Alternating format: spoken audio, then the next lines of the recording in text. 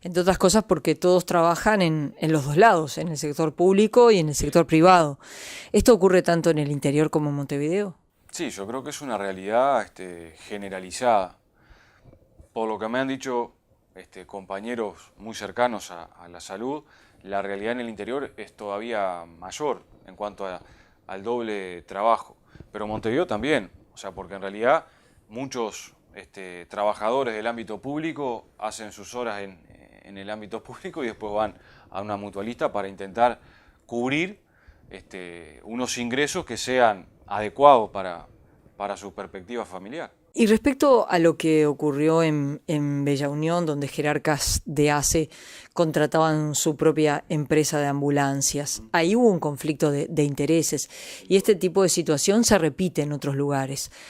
¿Cómo visualizan este hecho? Sí, yo creo que una cosa es ser ordenador de gastos, ser el director de un hospital y contratar su propia empresa, como pasó en este caso, y otra cosa es ser un trabajador del ámbito privado y estar eventualmente en un cargo de dirección y no tener nada que ver en las decisiones. Yo creo que en este caso, como la propia ACE lo reconoce por su investigación, hubo un conflicto de interés, de mi punto de vista, importante, ¿no? Es cierto que en ese momento prácticamente no había cobertura para ambulancia especializada, pública, porque se habían quedado sin los funcionarios correspondientes, pero genera, de mi punto de vista, un ruido que no está bien. Esa es mi opinión respecto a la situación de Bella Unión. ¿Hay que legislar en la materia por este tema de conflicto de intereses? ¿Hay que empezar a modificar normativas? Sí, sí. Sí, porque hasta un tiempo había una interpretación determinada que hacía el Tribunal de Cuentas, que era más favorable a la realidad del sistema de salud en nuestro país, y luego comenzó ya a generar el conflicto de interés, aunque el ordenador de gastos estuviera en una unidad ejecutora que nada tenía que ver y no tenía incidencia con una empresa que él pudiera tener y contrataba con otra área de la administración. Entonces creo que hay que ser rigurosos en esto para que el sistema funcione, pero que al mismo tiempo sea muy claro en que no es posible ser juez y parte, por decirlo de alguna manera, ser un comprador y al mismo tiempo alguien que ofrece ese mismo servicio, ¿no? Respecto a la situación de Rivera y el doctor Andrés Toriani, ¿ustedes siguen, el Partido Comunista continúa apoyando lo que fue la gestión de Toriani al frente del Hospital de Rivera o admiten que cometió un error al, hacer transposición de recursos? Sí, ahí en el caso de Rivera, yo creo que todo el Frente Amplio reconoce y la propia ciudadanía y el pueblo de Rivera reconoce que el hospital ha mejorado sustancialmente con la gestión del equipo que encabezó Toriani. Lo que sí es cierto es que han habido algunas faltas administrativas que no necesariamente son transposición de recursos, de rubros. Pudieron existir así compras con dinero que deberían haberse destinado a otra área. Eso es discutible. Nosotros pensamos que lo mejor hubiese sido garantizar todo el procedimiento administrativo para encontrar definitivamente, por un lado, no solamente los elementos que surgían de la propia investigación administrativa y del error en sí, sino también de la posibilidad de defensa del equipo de dirección. Pero ese era el matiz que nosotros teníamos respecto al tema. Es un tema muy difícil y acá también hay que legislar. Tenemos un TOCAF que está bastante, yo diría, atemporal a las necesidades actuales. Entonces, parece un poco complicado que teniendo una plata para destinarla a un área que no se está utilizando y que la precisás para una atención particular, para garantizar el derecho a la gente a que se pueda atender, no la puedas utilizar y eso quede ahí y después no te lo devuelvan siquiera. O sea, en eso me parece que sin violentar nada, porque no es la idea, tiene que emprolijarse un poco, porque creo que lo que sucede hoy es que nuestro Estado fue pensado yo no digo para la inacción, pero seguro para no responder en función de las necesidades actuales. Y bueno, eso es un problema y hay que resolverlo. Y respecto a la realización de exámenes del otro lado de la frontera en Brasil, ¿eso también está en cuestión? ¿Eso no debería seguir haciéndose aunque existiera un acuerdo previo? En ese caso existe un convenio con Brasil entre los países que se firmó. O sea que acá estaría amparado, desde nuestro punto de vista, en la normativa que regula estos convenios.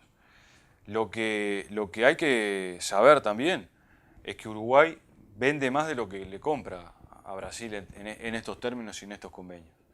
Y es algo que se ha dado en un espacio fronterizo con Brasil. O sea, de repente quienes vivimos en Montevideo o en lugares que no compartimos una frontera que tampoco es una división tan marcada, ¿no? En Rivera cruzás una calle y ya está del otro lado de Brasil, el ida y vuelta es permanente, esto es más natural y por eso se le dio un marco jurídico. ¿La idea es modificarlo o hay conformidad con cómo funciona este sistema de intercambio con Brasil? En nuestra opinión, creo que hay que estudiarlo y profundizarlo. En Brasil se prestan servicios que pueden complementar las acciones con respecto a lo que existe de este lado en Uruguay, y Brasil puede necesitar servicios que presta nuestro país, que presta nuestra salud. Entonces, habría que revisarlo, estudiarlo bien, en profundidad, para que se relance y sea beneficioso para las poblaciones que están abarcadas en esas zonas. Seguramente para los lectores, para los televidentes, no sea sencillo poder identificar, porque desde la oposición se dice, el Frente Amplio lo que está haciendo es privatizando los servicios de ACE, y desde ACE, así lo ha dicho la doctora Susana Muniz, se dice, en realidad nos atacan porque tocamos intereses de los privados. ¿Cuál es el fundamento que se tiene para decir que se tocan intereses de los privados? Porque en realidad ACE terceriza mucho de los servicios, en realidad le da mucha vida a muchos privados. Sí, en el escenario de la complementariedad.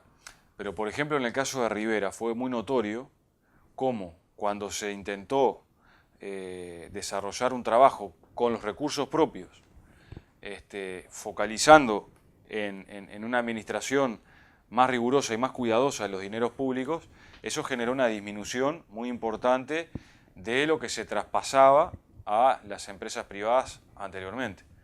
Y el principal ataque yo creo que vino desde ahí. Por ejemplo, hay indicadores de atención en salud que son importantes y que son mejores en la salud pública.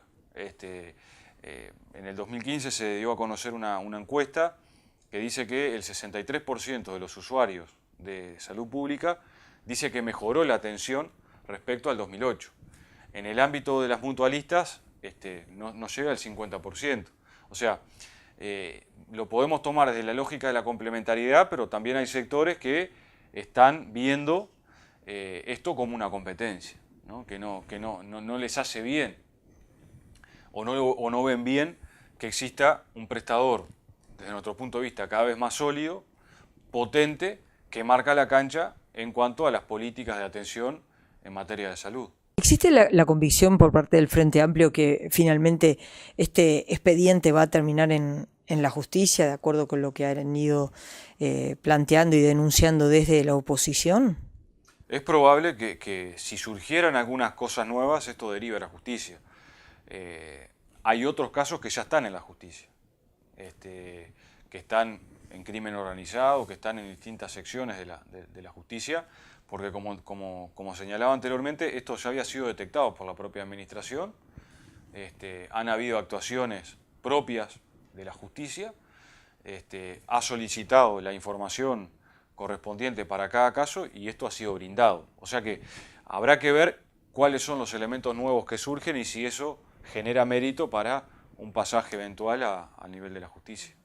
A partir de este trabajo en la investigadora, a su criterio hay tercerizaciones que usted señala, sería bueno empezar a revisar y que esos servicios que hoy brindan privados los empiece a brindar ACE, por ejemplo, cuando se habla de los servicios de limpieza, cuando se habla de los servicios de traslados, la contratación a los privados también de las camas de CTI, que significan erogaciones multimillonarias de parte del Estado en beneficio de privados. Sí, yo, en opinión, respecto a este tema, no tengo dudas que hay que avanzar en un proceso que vaya fortaleciendo el sistema público y por lo tanto cortando tercerizaciones que podrían estar perfectamente en manos de la administración. Tú mencionabas algunas áreas que me parece que son claves, el área de la limpieza, el área de conserjería, de seguridad de cada uno de los espacios, podrían ser áreas que estén pensándolo también en una reflexión más general e integral. Generalmente las tercerizaciones han promovido la flexibilización laboral en nuestro país. El principal tercerizador en nuestro país es el Estado. Ha generado condiciones de precariedad laboral muchas veces y hay allí un intermediario que es el que se queda con la mayor tajada, ¿no? Y eso después no se ve reflejado en las condiciones de trabajo que tienen los funcionarios, los trabajadores, las trabajadoras, ni los aspectos salariales. Entonces, yo creo que sería, en términos estratégicos, muy importante transitar un camino de destercerizaciones, por llamarlo de alguna manera.